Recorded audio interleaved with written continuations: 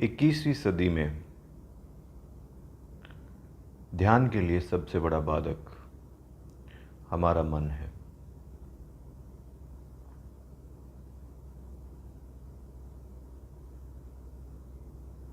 क्योंकि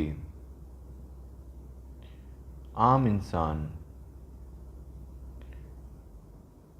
आज मानस के द्वारा, मन, बुद्धि और अहंकार के यंत्र के द्वारा बिखरा हुआ है। विचारों से, मानसिक व्यवस्थाओं से बंधा हुआ है।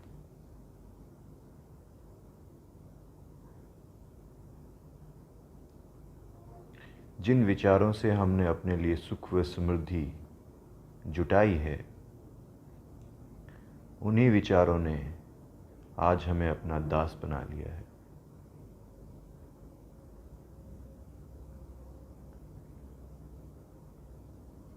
कोई भी व्यक्ति विचारों के अभाव में जीवन की कल्पना नहीं कर सकता।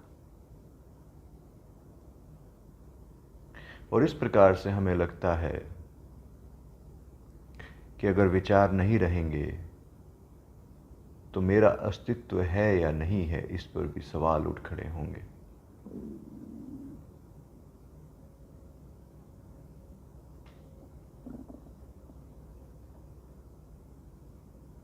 आज का ध्यान इसी प्रकार से हम मन के पार कैसे जाएं, विचारों के पार कैसे जाएं, इस पर आधारित है।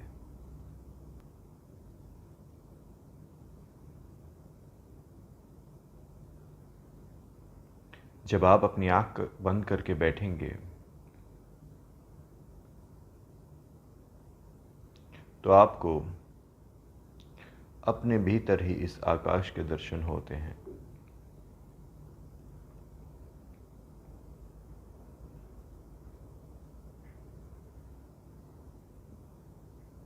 अब इस आकाश में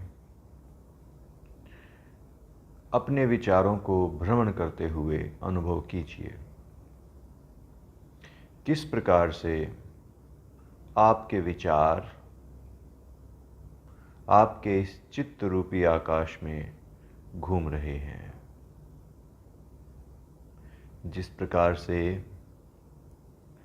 बाह्य आकाश में पक्षी घूमते हैं, इसी तरह से इस भीतरी चित्त रूपी आकाश में विचार घूमते हैं।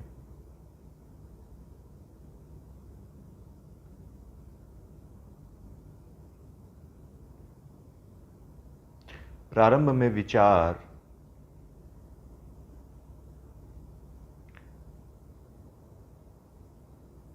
एक पक्षी के समान आपके समक्ष प्रस्तुत होता है। जब आप उसे अपना पूरा ध्यान देते हैं, अपनी अटेंशन देते हैं,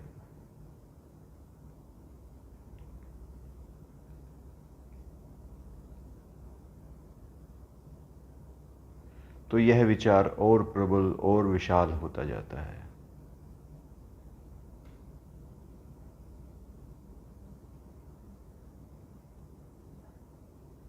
जिस प्रकार से एक नदी जब अपने गंतव्य से निकलती है तो वो एक छोटी सी धारा के रूप में होती है, परंतु जिस प्रकार से वो पहाड़ों को चीरती हुई आगे बढ़ती है, पहाड़ों से नीचे उतरती है, वो प्रबल वेग के साथ एक विशाल नदी का रूप धारण कर लेती है।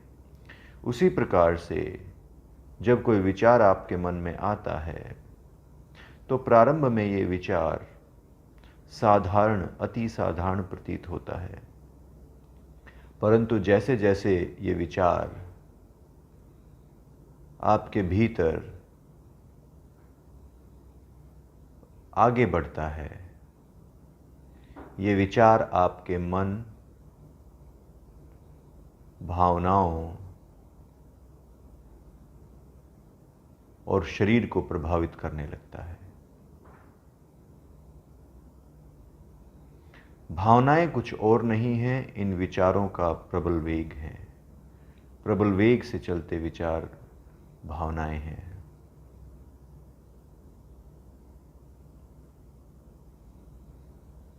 विचार के साथ एक सुविधा है, विचार को देखा जा सकता है, विचार को अनुभव किया जा सकता है, आवश्यकता होने पर बदला भी जा सकता है। परंतु जब वही विचार प्रबल वेग के साथ एक नदी का रूप धारण कर लेता है, अर्थात किसी भावना का रूप धारण कर लेता है, तो इन भावनाओं को रोकना, बदलना,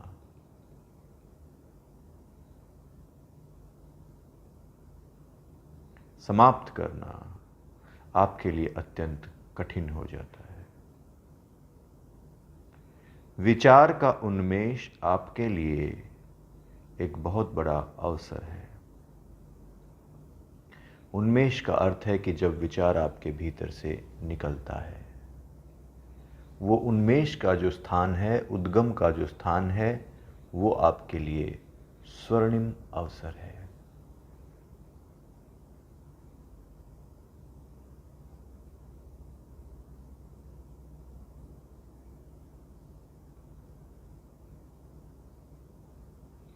तो अपने मन में, इस चिदाकाश में देखें कि किस प्रकार से एक विचार का उन्मेष होता है, और फिर आप अपने ध्यान को विचार पर ना रखें, बल्कि इस चित्त रूपी आकाश पर रखें।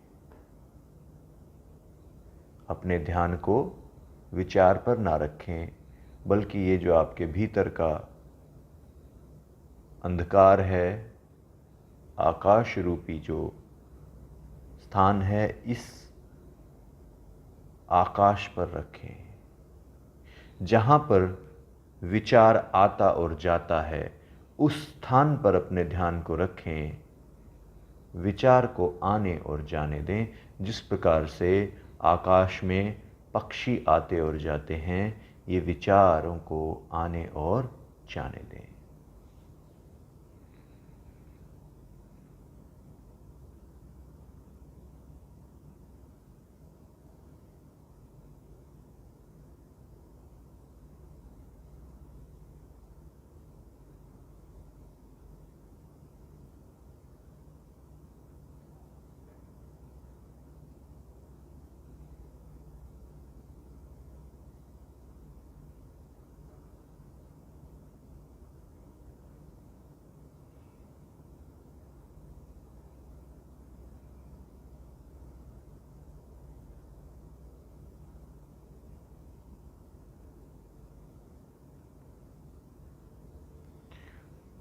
होता ये है कि जैसे ही एक विचार आपके मन में आता है, वो विचार विभाजित करना शुरू कर देता है।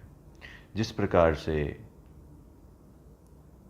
एक कोशिका अन्य कोशिकाओं में विभाजित हो जाती है, उसी प्रकार से ये विचार एक तरह से प्रजनन करता है और एक विचार अन्य विचारों में विभाजित हो जाता है। और ये विचार अब एक पक्षी ना होकर, एक साधारण पक्षी ना होकर, घने मेघ के रूप में इस चित्त रूपी आकाश में फैल जाते हैं।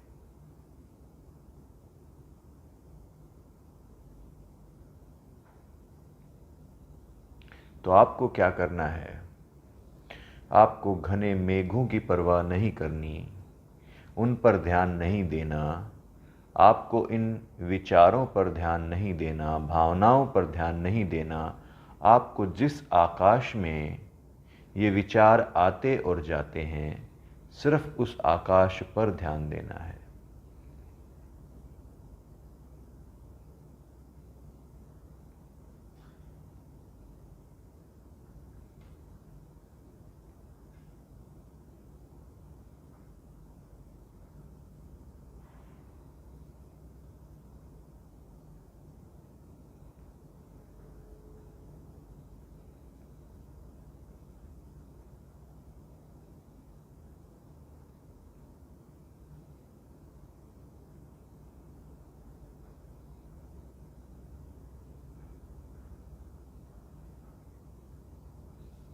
आप देखेंगे किसी विचार के आने से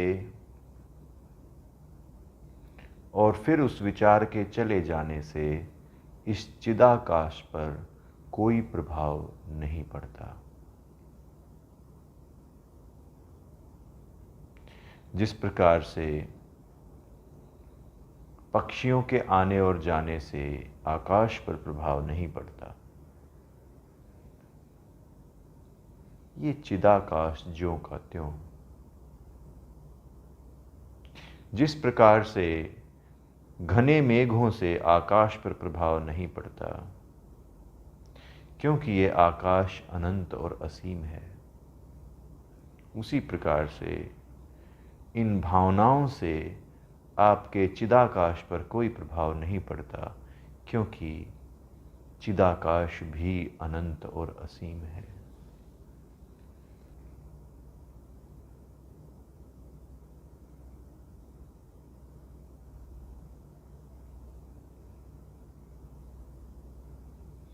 धीरे धीरे आप ये पाएंगे कि ये जो विचार हैं,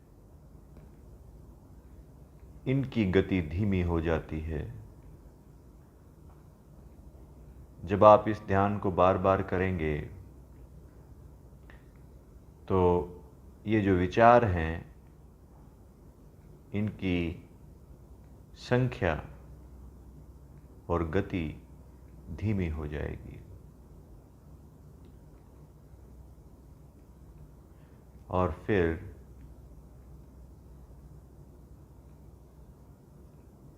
क्योंकि आपका ध्यान उस विचार पर नहीं, बल्कि जहाँ पे विचार आया और कहाँ वो चला गया, जिस प्रकार से आप जब कोई फिल्म देखने जाते हैं, प्रोजेक्टर के चलने से पहले स्क्रीन खाली है, प्रोजेक्टर के बंद होने के बाद भी स्क्रीन खाली है। स्क्रीन को हरे भरे पेड़ों से, पहाड़ों से,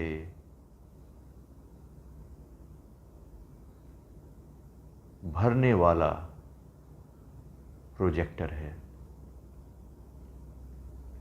उसी प्रकार से आपके विचार, जो कि आपके मन और उनसे जुड़ी हुई वासनाओं, इच्छाओं की वजह से आप में आते हैं, आपका चिदाकाश इन विचारों से सदैव मुक्त है।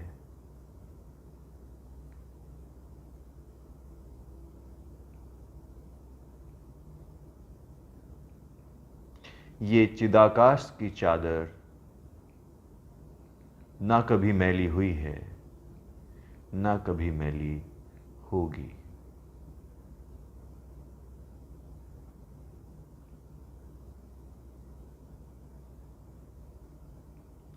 चाहे किसी ने लाखों पाप किए हों,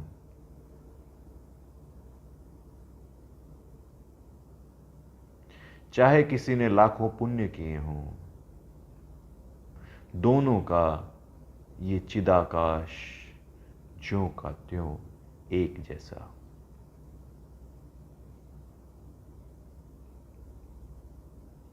भिन्नता है तो इस चिदाकाश में भ्रमण करने वाले इन विचारों की है।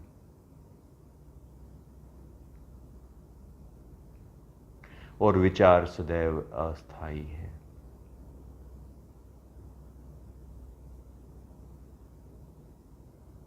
जब आप रात को सोने जाते हैं,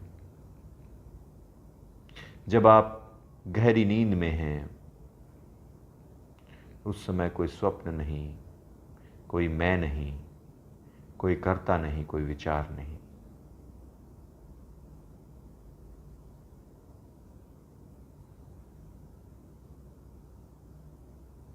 आपके अच्छे और बुरे कर्म जब आप गहरी निद्रा में हैं,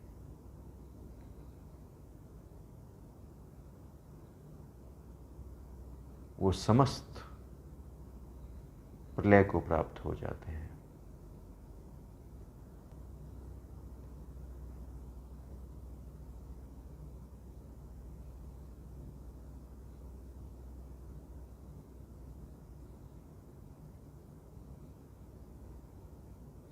आप चाहें तो अपने मन को कुरुक्षेत्र का मैदान बना सकते हैं। आप चाहें तो अपने मन को स्वर्ग का उपवन बना सकते हैं।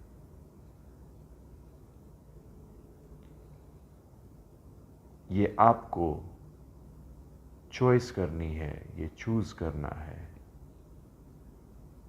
ये निर्णय लेना है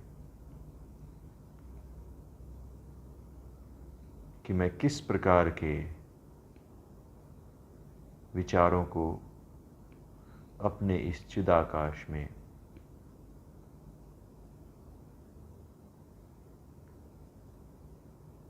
विचरण करने दूंगा।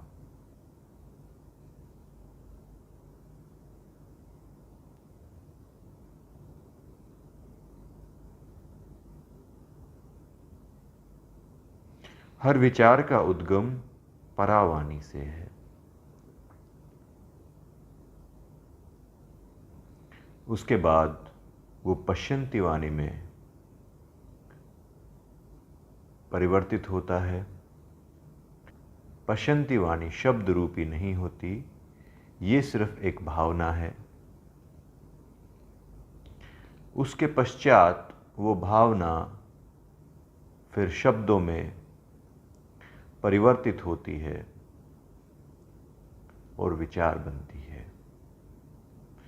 इस विचार को हम मध्यमा वाणी कहते हैं। यही मध्यमा वाणी आपके पूरे मानसिक यंत्र का उपयोग करती हुई, बुद्धि का उपयोग करती हुई वैखरी वाणी के रूप में उद्धृत होती है।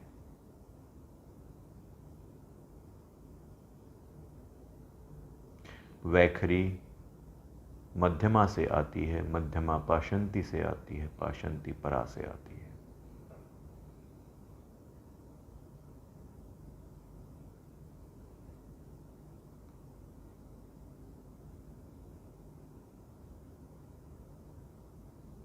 और इस चिदाकाश में हम इस खेल को निरंतर देख सकते हैं।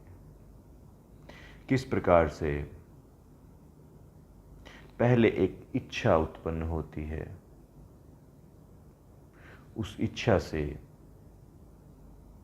एक विचार उत्पन्न होता है और वह विचार शब्द बनता है।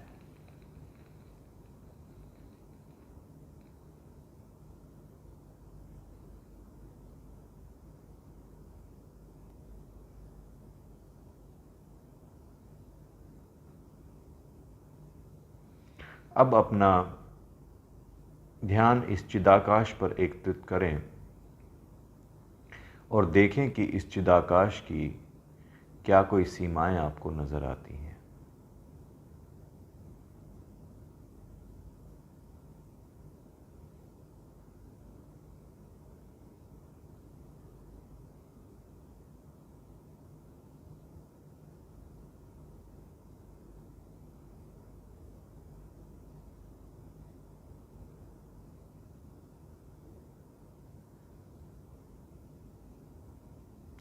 मुक्त भाव से इस चिदाकाश का भ्रमण करें।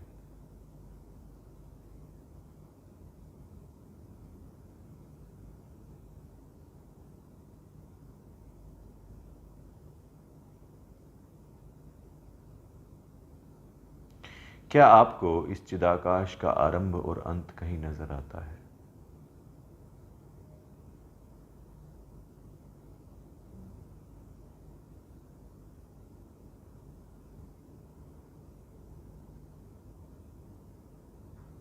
ये स्थान जहां पर विचार आते और जाते हैं, ये सदैव वर्तमान है।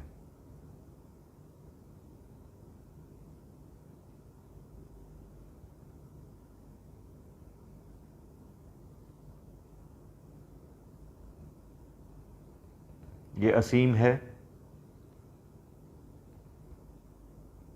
ये अविभाज्य है,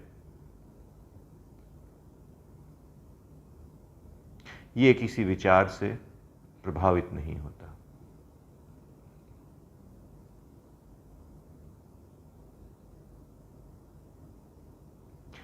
इसको किसी विचार से सजाया नहीं जा सकता, ना ही किसी विचार के द्वारा इसे दूषित किया जा सकता।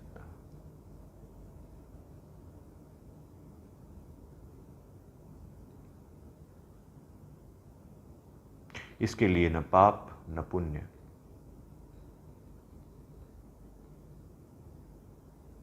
दोनों में से कोई विशेष नहीं।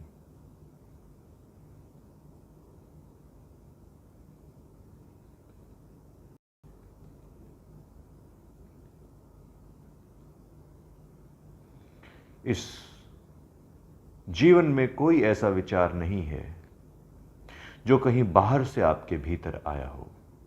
वस्तुतः सारे विचार इसी चिदाकाश से उत्पन्न हुए और इसी चिदाकाश में समा जाते हैं।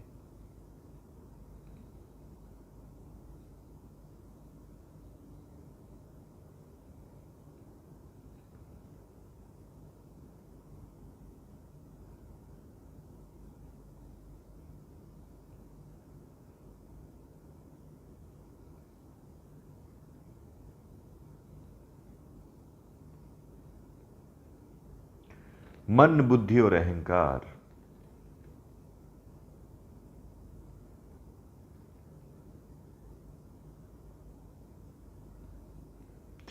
तीनों इसी चिदाकाश से उत्पन्न हुए हैं, तीनों इसी में समा जाते हैं।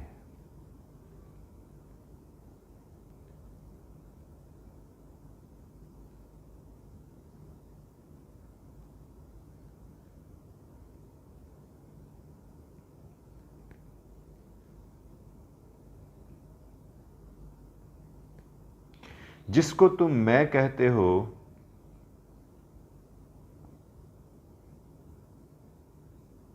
क्या वो मैं इस चिदाकाश से भिन्न है?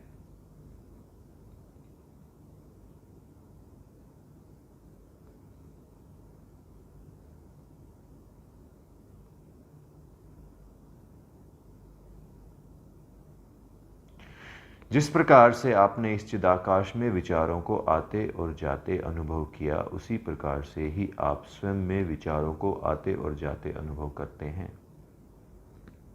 आप ही ये चिदाकाश हैं।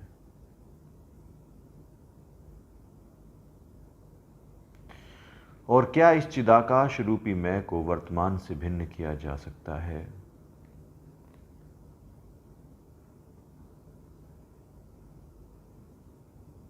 क्या कभी भूत और भविष्य में विचार आ सकते हैं? क्या कोई भूत या भविष्य है?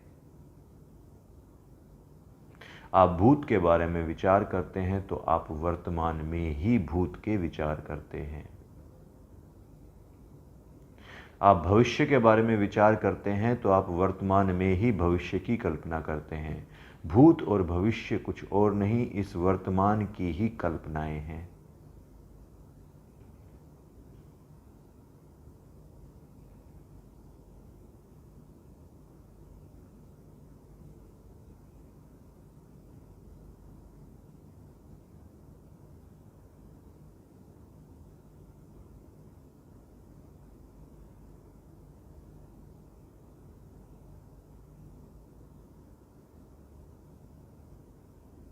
इसीलिए हम इसे शाश्वत कहते हैं। इसका न आरंभ है न अंत है।